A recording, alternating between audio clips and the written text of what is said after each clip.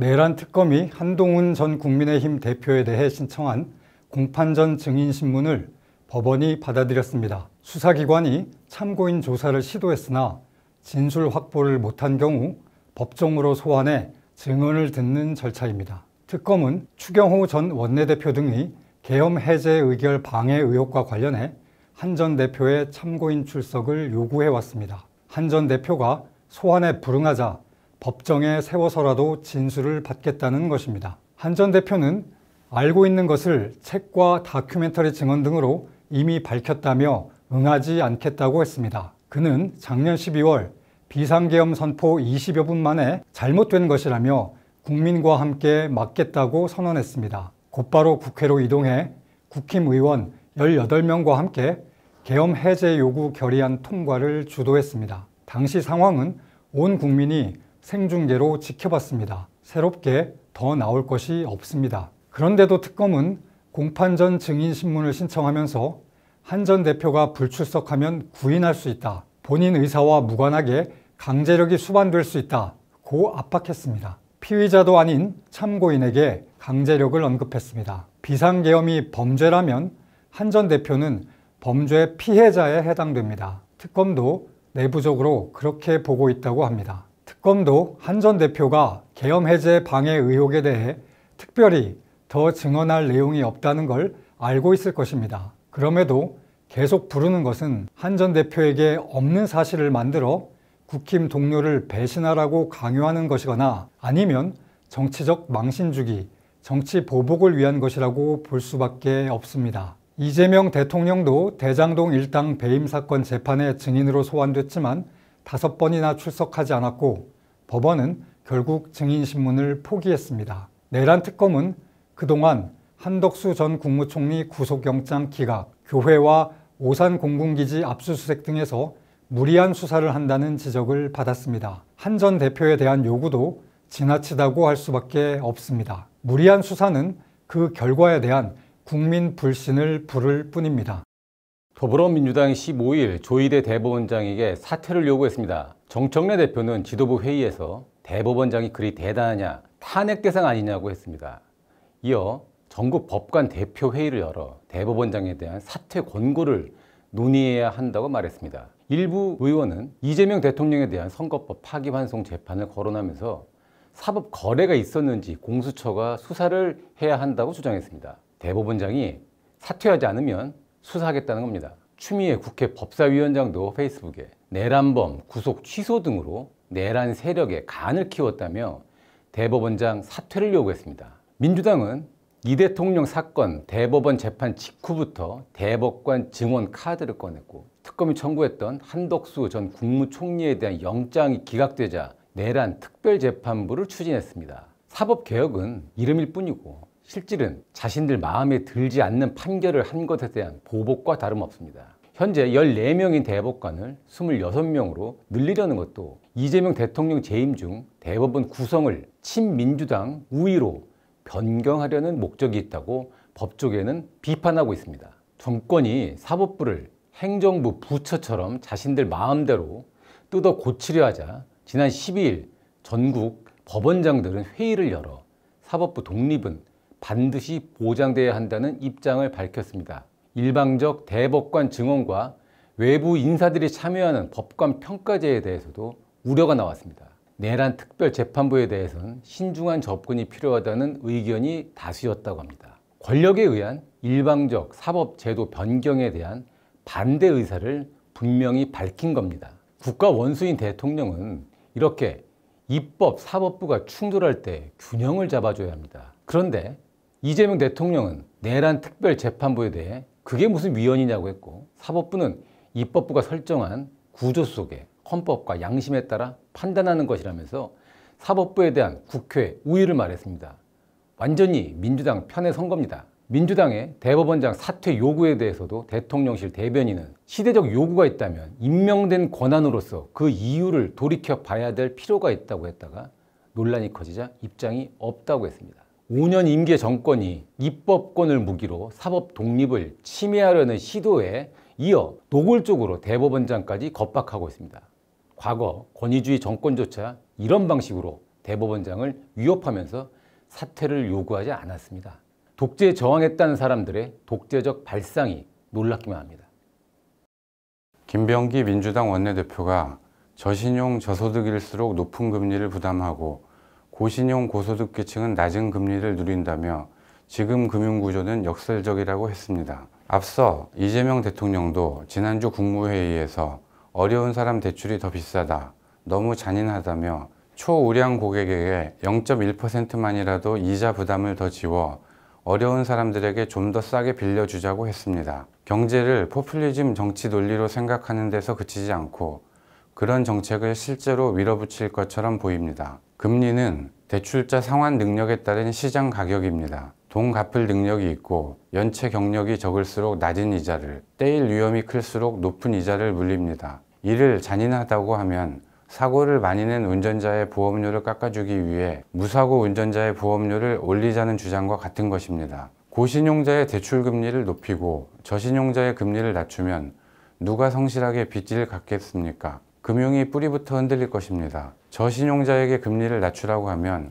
금융회사들은 돈 떼일 위험을 방지하기 위해 아예 대출을 내주지 않을 가능성이 높습니다. 실제 문재인 정부 시절인 2021년 법정 최고금리를 24%에서 20%로 낮춘 뒤 합법 대부업체들이 저신용자 대출을 줄여 수십만 명이 불법 사채시장으로 내몰렸습니다. 당시 문 대통령은 고신용자는 낮은 이율이고 저신용자는 높은 이율을 적용받는 것은 구조적 모순이라며 지금 정부와 같은 말을 했습니다. 그 결과가 금융 취약계층을 더 어렵게 만든 것입니다. 경제엔 무슨 묘책이 있을 수 없습니다. 기본 원리를 거스르는 정책은 선의로 포장해도 역풍을 부를 수밖에 없습니다. 고신용자가 부자도 아닙니다.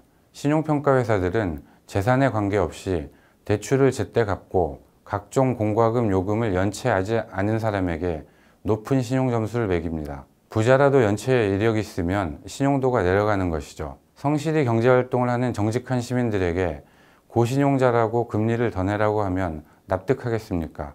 그것은 정의도 아닙니다. 이 괴상한 논리로 표를 더 얻을 수 있다고 생각하는 것 같습니다. 그런 정책을 펴서 나오는 결과에 책임질 수 있는지 묻지 않을 수 없습니다. 신용등급이 낮아 은행 돈을 빌리기 어려운 취약계층을 도울 방법은 달리 찾아야 합니다. 얼마 전부터 친민주당 유튜브에서 조희대 대법원장과 한덕수 전 총리가 비밀 회동을 했다는 근거 없는 주장이 돌아다녔습니다.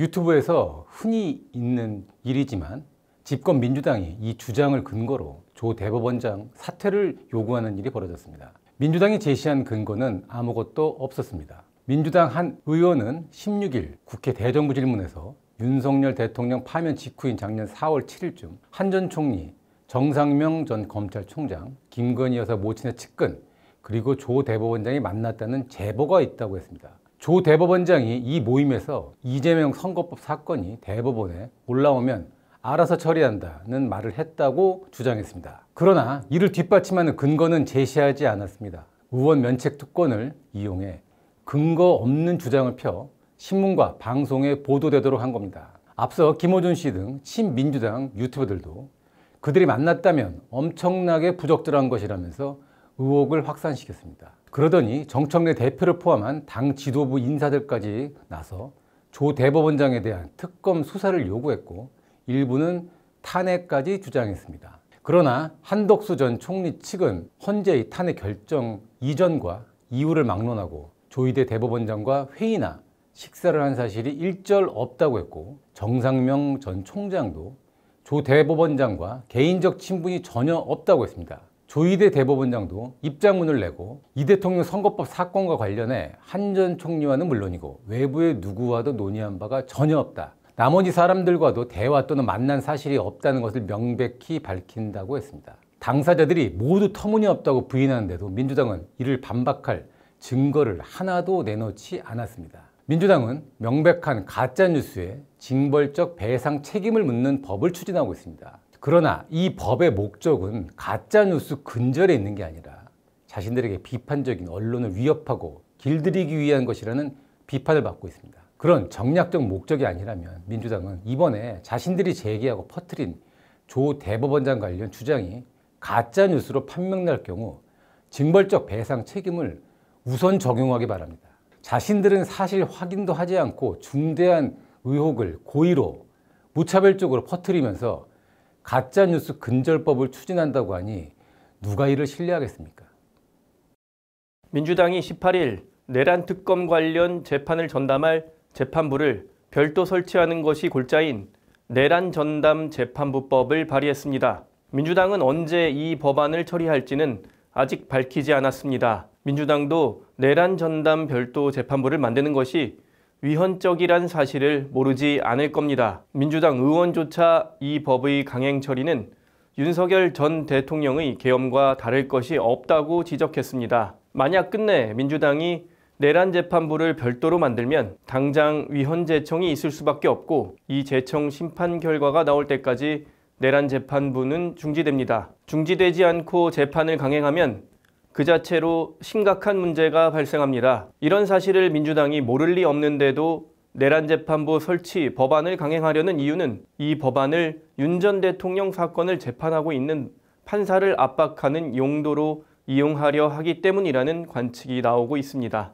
윤 전 대통령 등 계엄 사건 혐의자에 대한 1심 재판은 대부분 서울중앙지법 지기현 판사가 맡고 있습니다. 지판사는 지난 3월 윤 전 대통령이 구속기간 만료 상태에서 기소됐고 공수처의 내란죄 수사권이 모호하다는 이유로 구속을 취소한 바 있습니다. 이후 민주당 의원들은 공개적으로 지판사에 대한 공격을 하고 있습니다. 내란재판부 별도 설치라는 무리한 일을 벌이는 것도 지판사를 심리적으로 압박해 자신들 뜻에 맞는 판결을 내리라는 의도일 수 있습니다. 민주당은 윤 전 대통령 사건만이 아니라 김건희, 순직해병 특검 사건 전담 재판부를 만들겠다는 내용도 법안에 담았습니다. 특검의 무리한 수사에 법원이 제동을 거는 일이 있었는데 이를 좌시하지 않겠다는 뜻으로 보입니다. 민주당이 최근 조희대 대법원장 사퇴나 탄핵까지 거론하며 사법부를 압박하는 것도 이런 흐름과 무관하지 않을 겁니다. 민주당은 내란 전담 재판부법에서 위헌적 요소를 제거했다고 하지만